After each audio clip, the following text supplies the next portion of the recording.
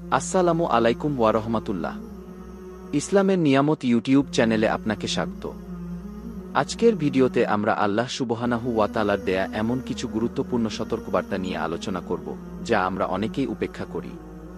কিন্তু সাবধান, এগুলো অবহেলা করলে দুনিয়াতেও কষ্ট আর আখিরাতেও শাস্তির মুখোমুখি হতে হবে।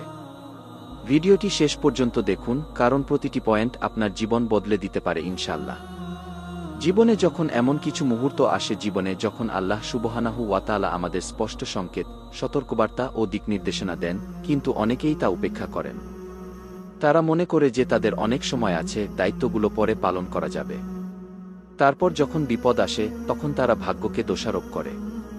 কিন্তু সত্য হচ্ছে, আল্লাহ সুবহানাহু ওয়া তাআলা ইতোমধ্যেই আমাদের উত্তর দিয়েছেন। সমস্যা হলো, অনেকেই শোনে না। তারা অপেক্ষা করতে থাকে যতক্ষণ না দেরি হয়ে যায়, ক্ষতি হয়ে যায়, আর তখন তারা ভাবে কেন তাদের দোয়া কবুল হচ্ছে না, কেন তারা পথহারা অনুভব করছে। পবিত্র কুরআনুল কারিমে আল্লাহ সুবহানাহু ওয়া তাআলা বলেছেন, আর যে আমার স্মরণ থেকে মুখ ফিরিয়ে নেয়, তার জন্য রয়েছে সংকীর্ণ জীবন, এবং আমি কিয়ামতের দিন তাকে অন্ধ অবস্থায় উঠাব। সূরা তাহা, আয়াত ১২৪। এই আয়াতে আল্লাহ তাআলা সতর্ক করছেন যে যারা তার নির্দেশনা ও স্মরণ থেকে বিমুখ হয়, তারা দুনিয়াতে কষ্টপূর্ণ জীবন ভোগ করবে এবং আখিরাতে কঠিন শাস্তির সম্মুখীন হবে। চলুন দেখি সেই সতর্কবার্তা ও নির্দেশনাগুলো কি কি। সতর্কবার্তা ১, সালাহ অবহেলা করা। সালাহ হলো আমাদের জীবনের আলো। অথচ অনেকে সালাহ দেরিতে পড়ার অভ্যাস গড়ে তোলে, পরে পড়ব বলে বিলম্ব করতে করতে শেষ পর্যন্ত পড়াই হয় না। কেউ কেউ দ্রুত নামাজ শেষ করার চেষ্টা করে, যেন এটি কেবল একটি কাজ যা শেষ করে ফেলতে হবে, অথচ এটি আল্লাহ সুবহানাহু ওয়া তাআলার সাথে সরাসরি সংযোগের মাধ্যম। প্রিয় নবী সাল্লাল্লাহু আলাইহি ওয়াসাল্লাম বলেছেন, কিয়ামতের দিনে প্রথম যে বিষয়ে জিজ্ঞাসা করা হবে, তা হলো সালাহ কু। আপনার কি সালাহ ঠিক আছে? আজকেই প্রতিজ্ঞা করুন, আর দেরি নয়। সতর্কবার্তা ২, গুনাহ করার পর তাওবা না করা। মানুষ ভুল করবেই, কিন্তু আসল বিপদ হল গুনাহ করার পর অনুতপ্ত না হওয়া। কেউ কেউ এত স্বাভাবিকভাবে গুনাহ করে যে তা আর তাদের আর দুঃখ দেয় না।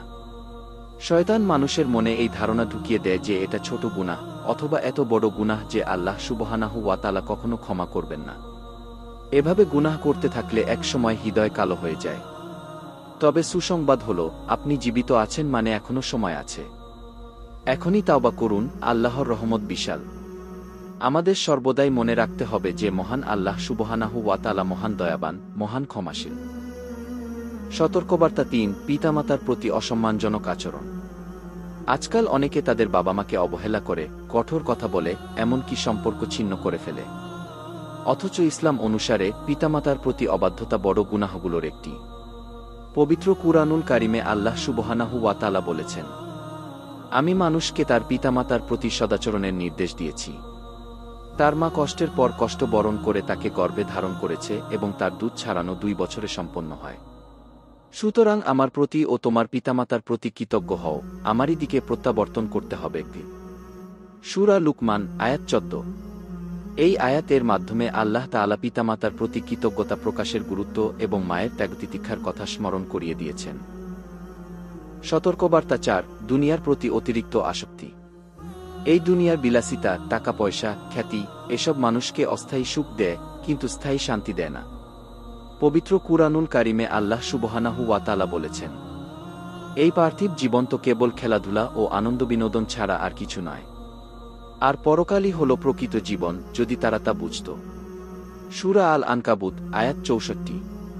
এই আয়াতে আল্লাহ তাআলা মানুষকে দুনিয়ার ক্ষণস্থায়ী জীবনের প্রতি আসক্ত না হয়ে আখিরাতের চিরস্থায়ী জীবনের প্রতি মনোযোগী হওয়ার উপদেশ দিয়েছেন। সতর্কবার্তা ৫, অহংকার ও ভুল স্বীকার না করা। শয়তানের সবচেয়ে বড় ধোঁকাগুলোর একটি হল অহংকার, যা তাকে চিরদিনের জন্য অভিশপ্ত করেছে। যখন আল্লাহ সুবহানাহু ওয়া তাআলা ইবলিসকে আদমকে সিজদা করতে বলেছিলেন, সে অস্বীকার করেছিল অহংকারের কারণে। পবিত্র কুরআনুল কারিমে আল্লাহ সুবহানাহু ওয়া তাআলা বলেছেন, তাই কখনো অহংকার করবে না, ভুল স্বীকার করতে লজ্জা করবে না। মানুষের প্রতি অহংকারবশত মুখ ফিরিয়ে নিও না, এবং পৃথিবীতে অহংকারের সাথে চলাফেরা করো না। নিশ্চয় আল্লাহ কোনো অহংকারী ও আত্মগর্বিত ব্যক্তিকে পছন্দ করেন না। সূরা লুকমান, আয়াত ১৮। পবিত্র কুরআনুল কারিমে আরও এক আয়াতে উল্লেখ রয়েছে, আমি তাদেরকে আমার নিদর্শন থেকে বিমুখ করব, যারা অন্যায়ভাবে পৃথিবীতে অহংকার করে। সূরা আল-আরাফ, আয়াত ১৪৬। কুরআন মজিদে অহংকারকে এমন একটি গুণ হিসেবে চিহ্নিত করা হয়েছে যা মানুষকে ধ্বংসের দিকে নিয়ে যায়।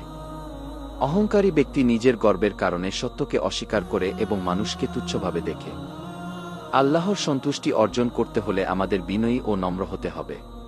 প্রিয় ভাই ও বোনেরা, এই সতর্কবার্তাগুলো আল্লাহর পক্ষ থেকে আমাদের জন্য করুণা। এই সতর্কবার্তাগুলো উপেক্ষা করলে দুনিয়াতেও কষ্ট এবং আখিরাতেও কঠিন শাস্তির সম্মুখীন হতে হবে। এখনো সময় আছে, আমরা কি নিজেকে সংশোধন করব নাকি দেরি করব? দেরি করবেন না। আজই শুরু করুন, সালাহ ঠিক করুন, গুনাহ থেকে তাওবা করুন, বাবা মার খেদমত করুন, দুনিয়ার মোহ থেকে বেরিয়ে আসুন এবং অহংকার পরিহার করুন। আপনি কি প্রতিজ্ঞা করছেন আজ থেকে বদলানোর? মন্তব্যে লিখুন ইনশাআল্লাহ। আল্লাহ সুবহানাহু ওয়া তাআলা আমাদের সবাইকে হিদায়াত দান করুন। ভিডিওটি যদি উপকারী মনে হয় লাইক দিন, শেয়ার করুন এবং সাবস্ক্রাইব করতে ভুলবেন না। আসসালামু আলাইকুম ওয়া রাহমাতুল্লাহ।